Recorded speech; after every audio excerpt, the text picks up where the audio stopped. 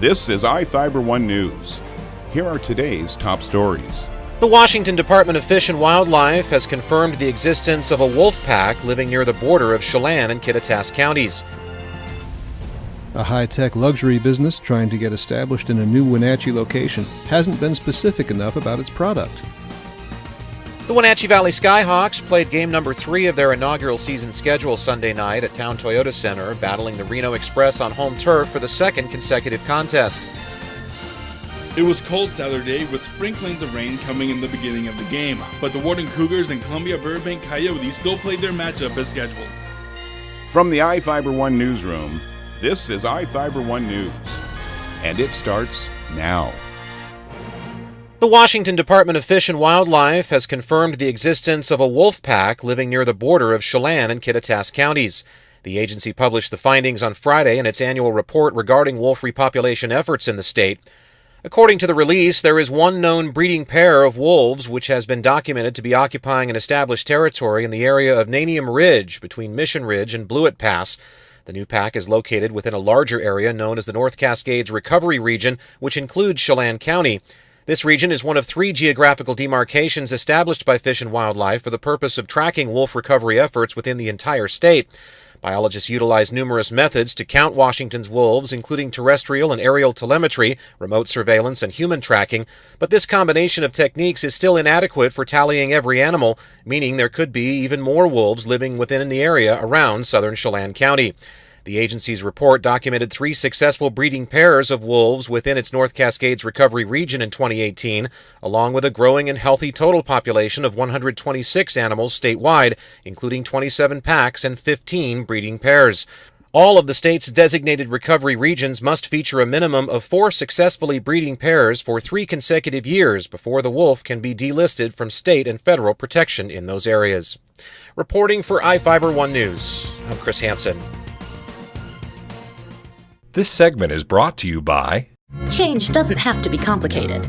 With a low-profile microwave hood combination that's ready to install right out of the box. It fits in the same space as your under-cabinet hood, so you can get your microwave off the countertop and make space for the routines worth keeping. The low-profile microwave hood combination, from the #1 selling appliance brand in the USA. Whirlpool Appliances, now available at more furniture in Ephrata. A high-tech luxury business trying to get established in a new Wenatchee location hasn't been specific enough about its product. That's according to the Federal Trade Commission, which last week said Diamond Foundry, based in San Francisco, used intentionally misleading language to advertise its laboratory-grown diamonds. The FTC says that could lead consumers to believe they're buying natural gemstones. The agency's letter to Diamond Foundry says it must clearly and conspicuously disclose that its diamonds are artificially constructed. Diamond Foundry uses real diamonds as a template for its fabricated diamonds, which are created under intense heat and pressure in laboratory conditions. 2 years ago, Diamond Foundry signed a lease on warehouse space in Wenatchee, where it planned to establish its mega-carat foundry. The facility was supposed to open last summer, but it hasn't yet contracted with the Chelan County PUD for the massive amounts of electricity its foundry process requires. The FTC letter doesn't mean the company or the 7 others who received one has broken the law, but it's a warning to keep the playing field level when competing with vendors of traditionally mined diamonds. Jefferson Robbins, iFIBER 1 News. This segment is brought to you by... Your taste buds bored? Well, then bring them to Jay's Teriyaki. Not only does Jay's have a variety of teriyaki dishes, they also offer mouth-watering salads and sides. Call Jay's 509-764-5155. Jay's Teriyaki, located at 123 East Broadway in Moses Lake, because it's all in the sauce. The Wenatchee Valley Skyhawks played game number 3 of their inaugural season schedule Sunday night at Town Toyota Center, battling the Reno Express on home turf for the second consecutive contest. After kicking off to Reno and stopping them on the game's opening drive, Wenatchee took a 6-0 lead on a 24-yard touchdown pass from quarterback Jarvis Alston to wideout Ramel Workman, and then doubled their advantage to 12-0 with a 26-yard interception return for a touchdown by defensive lineman Gabriel Collins. The Skyhawks piled on another unanswered score when defensive back Devontae Solomon pounced on a backwards pass fumble in the Reno end zone, capping off a first quarter that saw Wenatchee race ahead by the count of 18-0. In the second quarter, the Express pushed back with a pair of touchdowns that brought them to within 4 points of the Skyhawks at 18-14, But Wenatchee countered by closing out the half on a 2-yard scoring chuck from Alston to wide receiver Michael Lyons with no time remaining on the clock to take a 26-14 lead into the halftime locker room. Early in the third quarter, Reno was driving and knocking on the end zone door when middle linebacker Kyron Watson picked off a pass and took it back 48 yards for a touchdown to extend the Skyhawks' advantage back to 18 points at 32-14. Alston and Lyons teamed up for their second score only a few minutes later to give Wenatchee their biggest margin of the contest at 38-14, and on the ensuing possession, Kyron Watson struck for his second interception of the game, setting up Alston's third touchdown pass of the contest, this time from 16 yards out to running back Christopher Lamar, giving the Skyhawks a lead of 46-14. Reno tallied a meaningless touchdown in the fourth quarter, and Wenatchee tacked on 2 more for good measure on a 1-yard keeper by Alston, as well as the Florida native's 4th touchdown pass of the game and second to Ramel Workman, covering 40 yards to finish off a 60-20 blowout victory that propelled the Skyhawks to a season record of 2-1.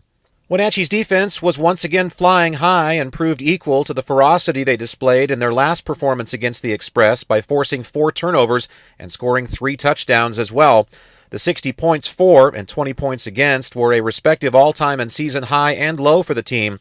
Wenatchee will take on Reno for the 3rd straight time in their next contest at the Reno Event Center on Saturday, April 20th. Reporting for iFIBER 1 Sports, I'm Chris Hansen. It was cold Saturday with sprinklings of rain coming in the beginning of the game, but the Warden Cougars and Columbia Burbank Coyotes still played their matchup as scheduled. The Cougars have enjoyed a tremendous amount of success so far this season, taking the series from Royal and Connell to take an early lead in the conference. The Cougars even led for most of the game against the number 2 team in the state, Chelan, before falling late. That didn't stop the Coyotes from giving the Cougars some trouble in Saturday's matchup. The game was close, with the Cougars holding onto a 1-run lead heading into the 4th inning, where they scored another run to increase their lead. The 6th inning is where the Cougars really hit their stride. It was big hit after big hit from the Warden lineup as the Cougars kept circling the bases while terrorizing the Coyotes' outfield. The Cougars may have entered the 6th inning with a 4-2 lead, but they never made it to the 7th inning after scoring 8 runs in the bottom of the 6th to win by mercy rule 12-2. The game winner came when Ryan Arredondo hit a single that scored Wade Visker for Visker's 2nd run of the inning.